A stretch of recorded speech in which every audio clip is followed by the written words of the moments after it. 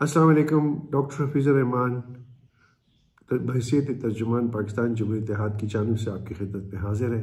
उम्मीद है आप सब खैरियत से होंगे और अल्लाह की अमान और पनाह में होंगे। आज हम अपने एक प्रिंसिपल स्टैंड के बारे में बात करना चाहते हैं, जो पाकिस्तान जमहूरियत इत्तेहाद जो कि इस बात पर यकीन रखती है कि हमने असूलों की सियासत करनी है।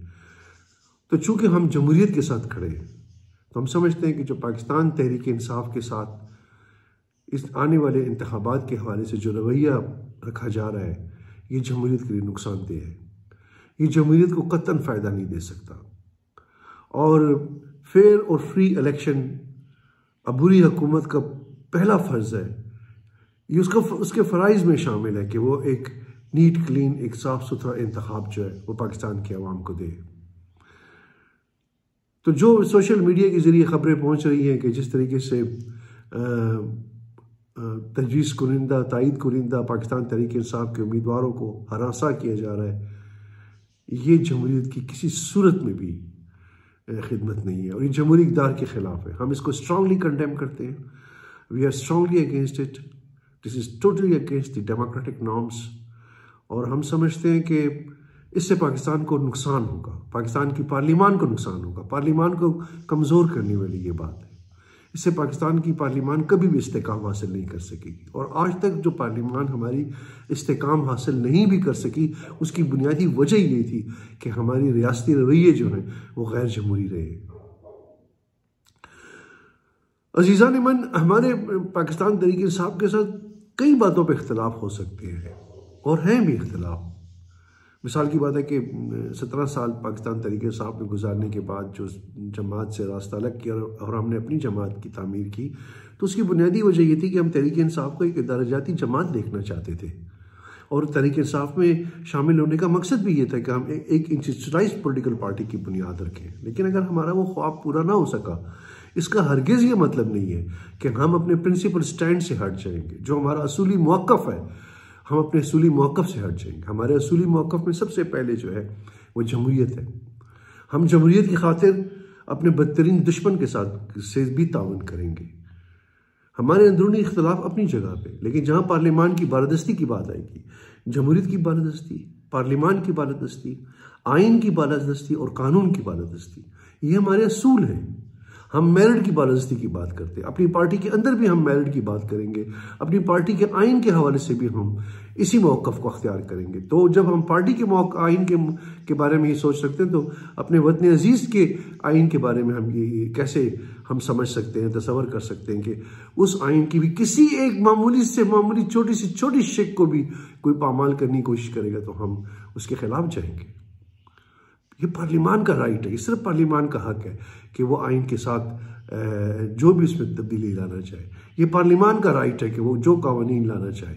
इवन हम अदालतों को भी, ये भी बड़ी अफसोस की बात है हमारे यहाँ कि वो हमारी सियासी जमातें जो और उनके नुमाइंदे जो पार्लियामान में कानून बनाते हैं, जो आइन बनाते हैं, और किस हद तक काबिल अफसोस बात है कि वो अपने पार्लियामानी मसलों के लिए अदालतों के पास जाते हैं। अदालतें तो पार्लियामान के बनाए हुए कानून पे अमल करती हैं। अदालतें तो किसी सूरत में पार्लियामान से बालातर नहीं है और ना हो सकती हैं। जो लेजिस्लेटर्स हैं, जो कानून बनाने वाले, वो पार्लियामान के मसलों को लेकर अदालतों के पास जाते हैं और उन्हें कहते हैं कि जी हमारे ये मसले हल करें। ये हमारे पार्लियामान की कमज़ोरी है। बड़े अफसोस की बात है। ये होना नहीं चाहिए, हरगिज़ नहीं होना चाहिए। तो जो हमारे असूली मौक़िफ़ है उसमें democracy, the supremacy of democratic norms, the supremacy of parliament, the supremacy of constitution of Pakistan and the supremacy of laws and merit। ये हमारे असूली मौक़िफ़ है। हम इसकी खातिर हर जमात के साथ तावन करेंगे। हम इसकी खातिर हर जमात के साथ खड़े होंगे। और मैं पाकिस्तान की दीगर जमातों से भी गुजारिश करता हूँ। मैं PMLN से हम गुजारिश करेंगे, हम PPP से गुजारिश करेंगे, हम जमीयत उलमा इस्लाम से गुजारिश करेंगे, जमात इस्लामी से गुजारिश करेंगे, और हम ANP से गुजारिश करेंगे और दीगर जमातें जो हैं हमारी, कि आप सब ये मौक़िफ़ अख्तियार करें कि पाकिस्तान तहरीक इंसाफ के साथ ज़्यादती हो रही है। उनके नुमाइंदगान के साथ, उनके उम्मीदवारों के साथ ज़्यादती हो रही है। एक आम तासर ये जा रहा है। और जो हमारी यूथ है, जो हमारे नौजवान हैं, उनके ज़हनों को उनको बड़ा मायूसी हो रही है। ये किसी सूरत में भी पाकिस्तान के मुस्तकबिल के लिए बेहतर नहीं है। तो अज़ीज़ान मन, ये आज के लिए ये मैसेज था। और यही मैं समझता हूँ कि देखिए, पाकिस्तान की तरक्की, पाकिस्तान बुनियादी तौर पे एक बात समझ ले, मेरी बात, पाकिस्तान का हर इदारा ये बात समझ ले कि पाकिस्तान वोट की तख्लीक है। पाकिस्तान का मुकदमा एक वकील ने लड़ा है। पाकिस्तान एक सियासी जमात की काविशों से वजूद में आया है। पाकिस्तान आवाम की राय से वजूद में आया है। पाकिस्तान ने पार्लिमान में जन्म लिया है। पाकिस्तान ने जमहूरियत की खोख से जन्म लिया है। पाकिस्तान की केमिस्ट्री जमहूरियत है। So please, for God's sake, don't play with the chemistry of Pakistan. हम पिछले 75 साल से ये काम करते आए हैं और पिछले 75 साल से पाकिस्तान जो है वो घुटन का शिकार है। उसकी वजह ये है कि वो जीता ही उसकी जिंदगी जमहूरियत के साथ है।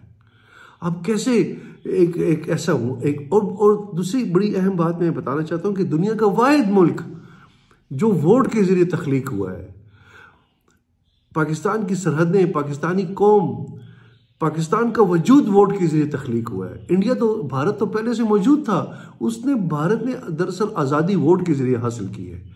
पाकिस्तान ने आज़ादी हासिल नहीं की, पाकिस्तान तख्लीक हुआ है। There is a difference between getting independence and getting foundation. So on 13th August, there was no Pakistani, there was no Pakistan, there was no Pakistani boundaries. तो हम तो गुलाम थे ही नहीं कभी, हम तो गुलाम रहे ही नहीं। खैर, इस पे कभी इस हवाले से मैं आपसे फिर बात करूंगा। लेकिन ये बहुत बड़ा ऑनर है हमारे लिए और हम इस ऑनर को किसी सूरत में भी खोना नहीं पसंद करेंगे। आपका बहुत बहुत शुक्रिया।